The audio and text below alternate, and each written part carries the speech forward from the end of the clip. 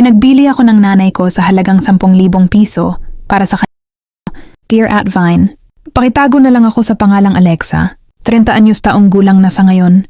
Galing ako sa probinsya ng Davao. Naalala ko pa noon, 2 kaming magkapatid. Ako ang panganay, same kaming babae. Masaya pa kami noon. Ang papa ko ay mangingisda. At ang nanay ko sa bahay lang. Inaalagaan kami ng kapatid ko. Nagsimula ang lahat sa isang trahedya. Gabi noon, nangingisda ang tatay ko. Pero hindi na ito nakabalik. Ang sabi na tumba daw ang bangka at baka nakain na ng pating ang katawan kaya hindi na nakita. May nakapagsabi naman.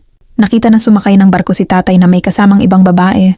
Dito nagsimulang magbago si nanay. Palaging nagiinom. Maglalabada siya tapos pang iinom lang niya. Hanggang sa nagkaroon siya ng pwesto sa palengke, nagtinda siya ng isda. Kasakasama niya ako araw-araw. Ang kapatid ko naiiwan sa kapitbahay. 3 taon kasi ang agwat ko sa kapatid ko. At sa tanda ko, 8 taon gulang na ako noon. Kaya malinaw na sa isip ko ang lahat. Pagpauwi na kami ni nanay, palagi siyang nabili ng alak, tapos magiinom sa bahay, paglasing na nagwawala na. At lagi kaming napapalo ng kapatid ko. Bata lang ako noon, wala pang kayang gawin. Isa pa, mahal na mahal ko si nanay noon. Hanggang sa nakilala niya si Tito Nato, isang malaking impluwensya sa kanya dahil kaya tinuruan niya si nanay para dito.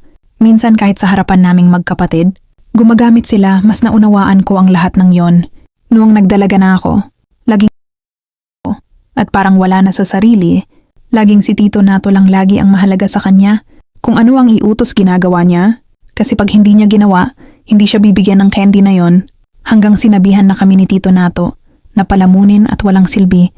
Kaya sinabi niya kay nanay na palayasin na kami. Hindi kaya ay ibenta para may pambili. Sa katangahan naman ni nanay, sinunod naman niya si Tito Nato. Ako ang sa halagang 10,000 piso. Wala na akong nagawa. Dinala ako sa Sorsogon, ginawa akong alila doon, tagalinis ng mga hayop na alaga. Noong ako ay 15 anyos. Binigay naman niya ako sa ibang tao. Nalaman ko na binenta din ako, napadpad naman ako sa Cebu. Dito inilagay naman ako sa mura kong edad. Wala na akong nagawa kundi tanggapin ang kapalaran ko.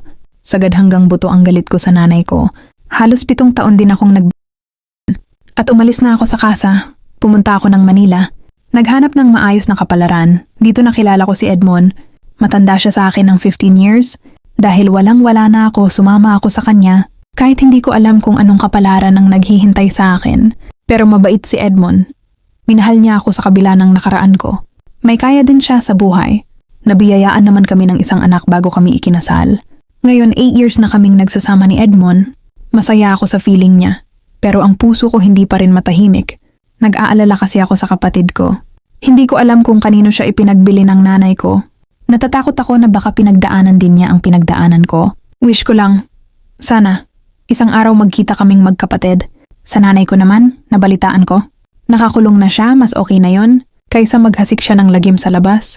Hindi lahat nabibigyan ng mapagmahal na magulang, kaya kung may magulang kayo na mapagmahal, maaruga mahalin nyo ng sobra dahil napakaswerte nyo sa mga magulang nyo. Kaya ang anak ko ngayon, sobrang mahal na mahal ko.